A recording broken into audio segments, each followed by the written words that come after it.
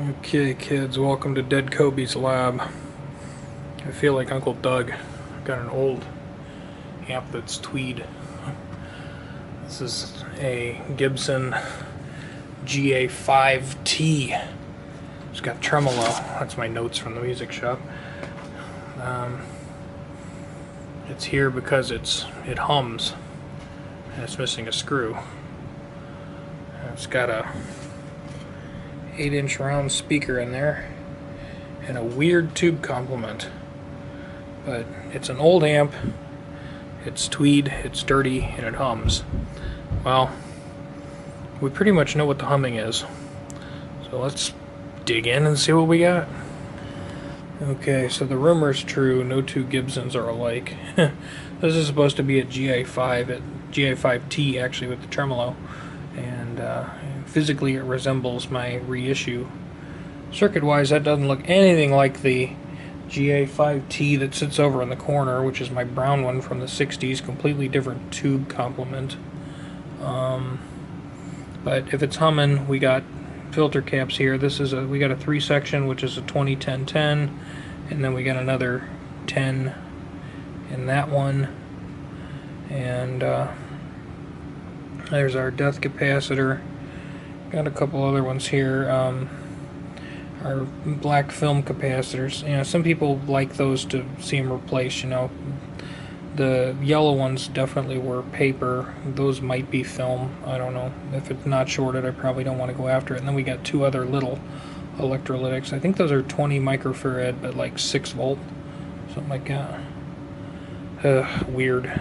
And our tube complement is real weird. It's got a 12AX7 preamp, 5Y3 rectifier, and then the power tube that was in there is 6BM8, aka ECL87, EGL87, made in Holland, so it's a Euro tube. Interesting. But considering we've got a crusty, bloated, failing whatever, and I was told this amp hums, so if the amp hums and we don't want to make it, or we want to make it not hum anymore, starting with the big rancid old filter cap would be the place to start. And the speaker actually looks really good. Yay! Something not totally demolished. Okay, and we're back, and a lot of things have happened. So our multi-section filter cap has been replaced by 3 individual axial caps mounted on a terminal strip, and the terminal strip was attached to the exact same nut and bolt that the original capacitor came off of, so I did not have to drill anything, which is cool. And we use the same wires and same schematically, it would be exactly the same. Everything goes to the same point, but it's 3 individual capacitors. Then we had our capacitor on a steek. This one right here, that's a 10. Every capacitor we changed is within 2 microfarads of its original value, and then we had 2 more electrolytics there. So that's all the electrolytics. Yippee. Clean the pots, 3-wire grounded power cord. So I guess we see if it blows up now. Okay, nervous people. Yes, I have a Variac. There it is. It's up to full voltage. It's plenty loud. That's about 15% volume. And yes, the tremolo works. Turn it on about halfway. So, hooray, it works. Seems like it's a pretty slow tremolo. What's its maximum speed? Well, okay, then what's its slowest speed? This is like fixed depth. Okay, cool. So, essentially, the thing's fixed. I mean, gotta clean the cabinet off, wipe the dirt up. I know this wasn't an involved and exciting thing where I went fawning over it.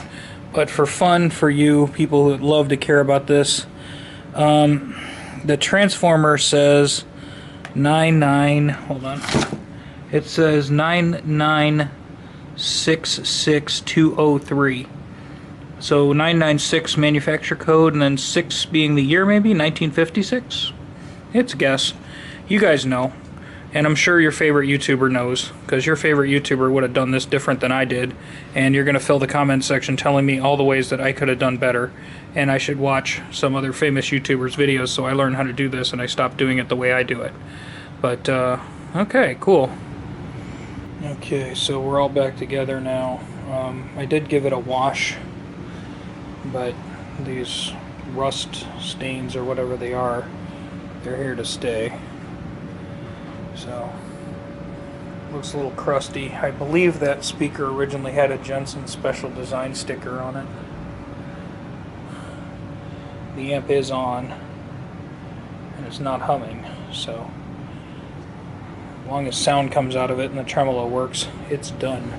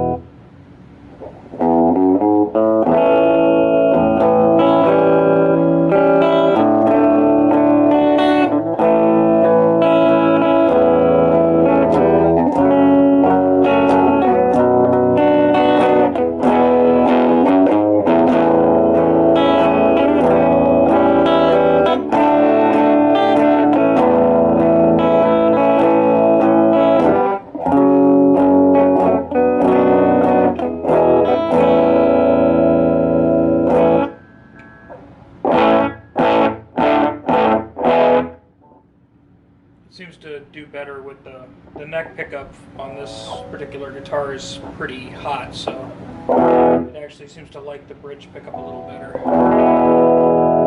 And let's test the tremolo in slow mode.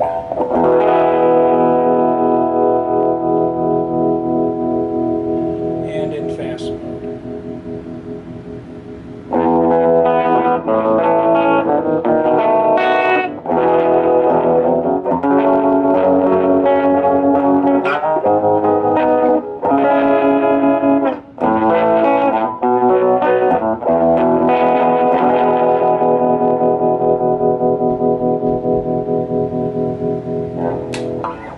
Okay, so that seems like a good work to me.